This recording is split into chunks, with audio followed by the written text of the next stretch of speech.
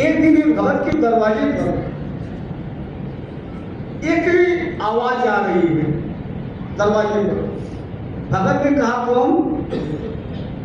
तो आवाज रही दरवाजा खोलो, जिसको तुम डेली याद करते हो वही तो मैं हूं।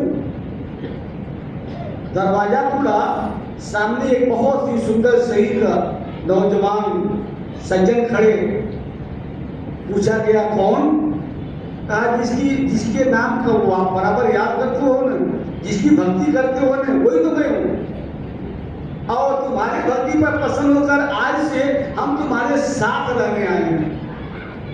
बिल्कुल साथी रहेंगे, 24 घंटा हर पल तुम्हारे साथ रहेंगे, एक पल भी बिछड़ेंगे नहीं तुमसे।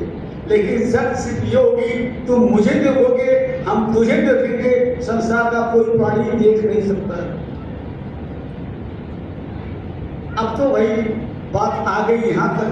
तो अब भगवान उस भगत के साथ, अब अगर वो मन में कोई बात सोचता, कोई भी, तो तुरंत साथ होने का दृष्टि पड़ जाती, तो दिल के अंदर भय उत्पन्न हो जाता कि भगवान हमारे साथ, हम ये गलत काल, गलत शब्द, गलत काल कैसे करें, मन में कैसे कौन सी गलत भाव ले आए। और जब भय बन जाता है भगवान का, तो व्यक्ति समझ करके कदम डालता, अपनी लाइन में चलने का प्रयास करता है। और जब व्यक्ति भक्ति की लाइन में चलता है, जबकि कहा जाता है ज्ञान के पंथ कृपाण की धारा, लेकिन जब गुरु कृपा से वो लाइन पकड़ लेता है, अपने लाइन में चलना शुरू करता है, तो जीवन में हर एक चीज हासिल होती है। सदगुरु बाबा हरदेव सिंह जी महाराज अपने समय में एक विचार में एक उदाहरण फरमाए थे कि दौड़ की प्रतियोगिता में कुछ सज्जन भाग लेने के लिए पहुंचे। मुख्य स्थान पर वो खड़े कर दिए गए। अधिकारी पास ज्यों अधिकारी ने आवाज लगाई, सारे लोग दौड़ना शुरू कर दिए जो भाग लेने वाले थे। सभी लोग बड़ी रफ्तार में, बड़ी तेजी से दौड़ते चले जा रहे हैं।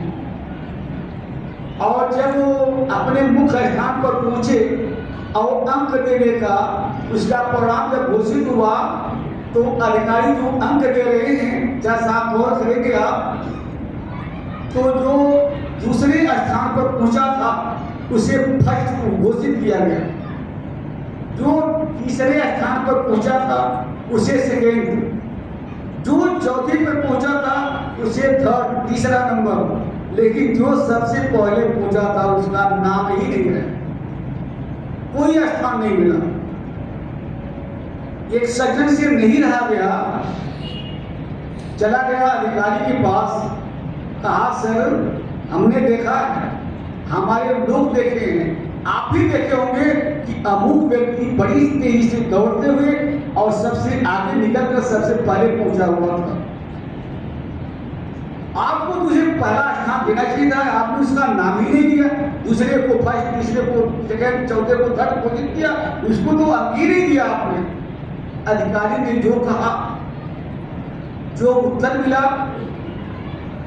सुने, अधिकारी ने कहा आपने देखा है तो मैंने भी देखा है, लेकिन आप सिर्फ उसके शरीर को देखे हैं कि उसकी शरीर दौड़ रही है, चल रही है, बड़ी तेज चल रही है, लेकिन हम उसके शरीर के साथ साथ उसके लाइन को भी देख रहे थे, वह किसके लाइन में दौड़ रहा है, अपने में या दूसरे के लाइन में। और वो जिस व्यक्ति का नाम ले रहे हैं वो अपने लाइन को छोड़कर दूसरे के लाइन में दौड़ रहा है, इसलिए उसे कोई एक प्राप्त होने वाला नहीं है, कोई एक प्राप्त नहीं। तो हमें अपने लाइन को बरकरार रखने के लिए संगत आवश्यक है।